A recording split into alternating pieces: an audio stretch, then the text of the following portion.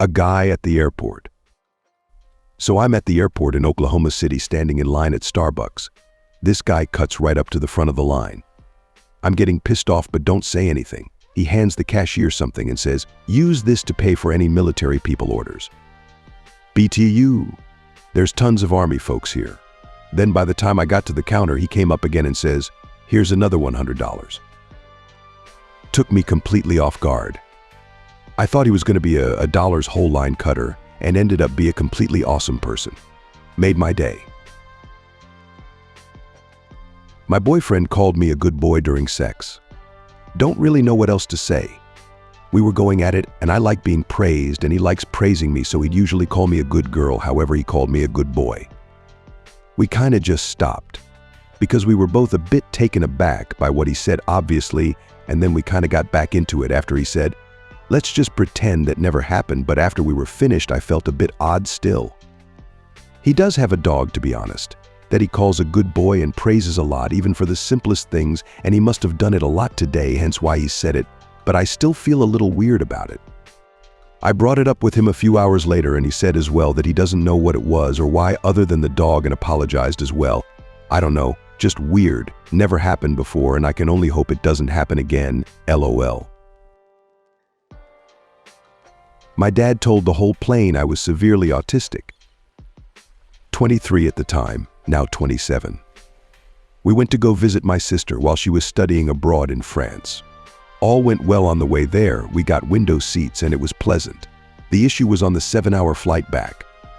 While booking, my dad was told it would likely be empty and we'd have whatever seat we wanted. Well, it was full and our seats were in the middle of the middle row. He whispered to me to just go along with whatever he said as we were boarding, because there was no way in hell he'd sit in the middle row for 7 hours. I braced myself. He decided to pull the stewardess aside as PPL filled the plane and inform her that he was assured he would be able to get a window seat, even though he didn't book one. She assured him the plane was full and she couldn't do anything. He then glances at me and tells her, "No, you don't understand. My son is severely autistic and he won't make it through this flight without a meltdown if we don't get a window seat." I freeze. I'm not an actor and he's forcing me in this situation like an asshole. I decide to just stay quiet and stare at my phone and play games. She whispers to him, "What do you mean, what type of meltdown?" He says bluntly in his feminine redneck voice, "Oh honey, you don't want to see it. HL be shittin' and pissin' pookin' all over probably."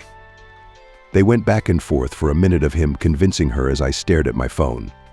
She went and talked to somebody, came back and told us to come with her to the back of the plane. We stood at the very back of the plane on the left side while she went up each row asking each pair of PPL if they would trade our seats for the crazy circumstances. By the 3rd or 4th row, she got some college-aged dudes to trade seats for some flight vouchers or something. So we got the window seats. My dad took the window, LOL. A steward guy came by and said if we needed anything at all, let him know. I softly grunted at him.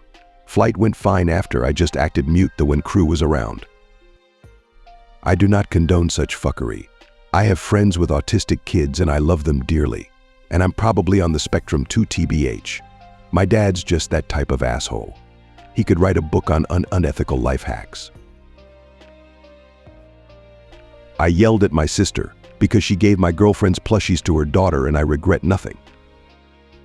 My girlfriend, 22, has always been a soft-hearted woman. The type of woman that is too cutesy, as people would say.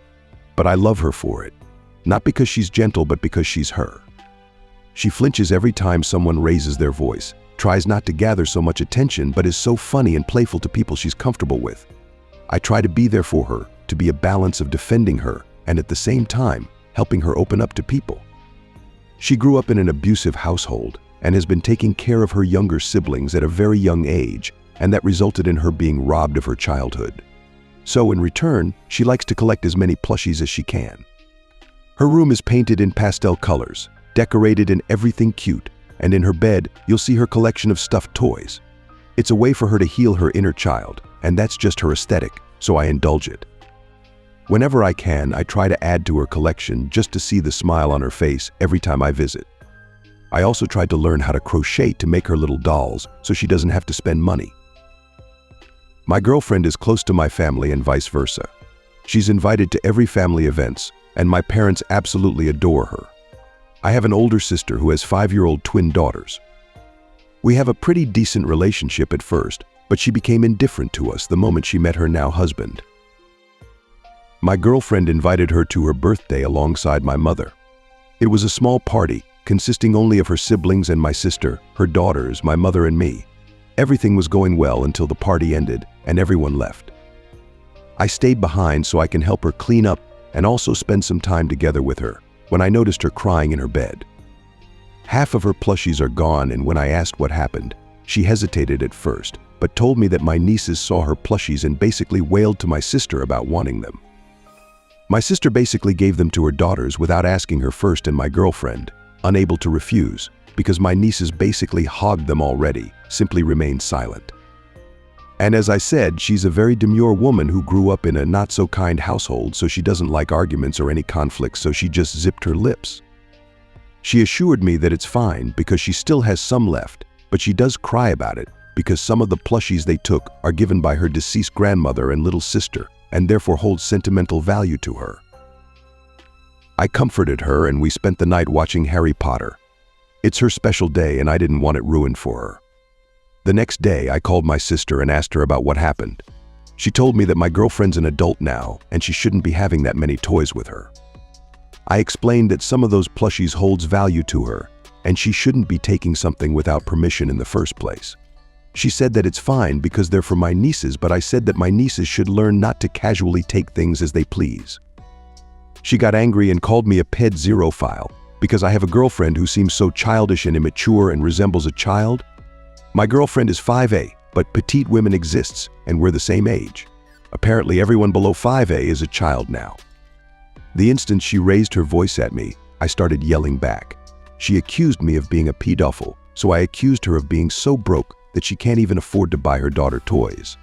And I also said that her husband is a pedophile then, because they have a 6-year age gap. She hung up on me, and needless to say, the fight between us reached our parents' ears, and now I'm being forced to apologize to her because I hurt her pride and because they said my girlfriend basically agreed to let them have the plushies anyways.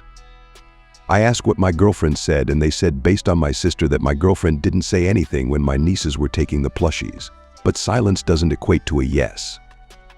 My sister's husband also made fun of me because I'm arguing over toys and called my girlfriend selfish and weak because she didn't want to give her plushies to my nieces and also didn't have the spine to say no when they took it. Maybe I'm a jerk because of the things I said to my sister, but I can't take away the image of my girlfriend crying on her birthday, that one day dedicated for her, her special day. My girlfriend heard of what happened and thanked me for defending her, but then told me to make up with my sister because it's not worth fighting over, but she still looks so glum and sad over everything. Her coping mechanism has been made fun of, and she's been compared to a child. They may just be plushies in my sister's eyes, but they're part of my girlfriend's healing process, and it feels like they took that away. Maybe I am overreacting about everything. I'll calm myself first, then maybe I'll be able to think rationally. My M30 wife, F33, lost our baby. We divorced, and now I'm moving on. Well, my wife, now ex-wife, was 2 months pregnant. When she found out she was pregnant, she asked me to talk and told me that halfway through our relationship as a couple and half a year before our marriage, she cheated on me with her best friend, with whom she currently has no communication.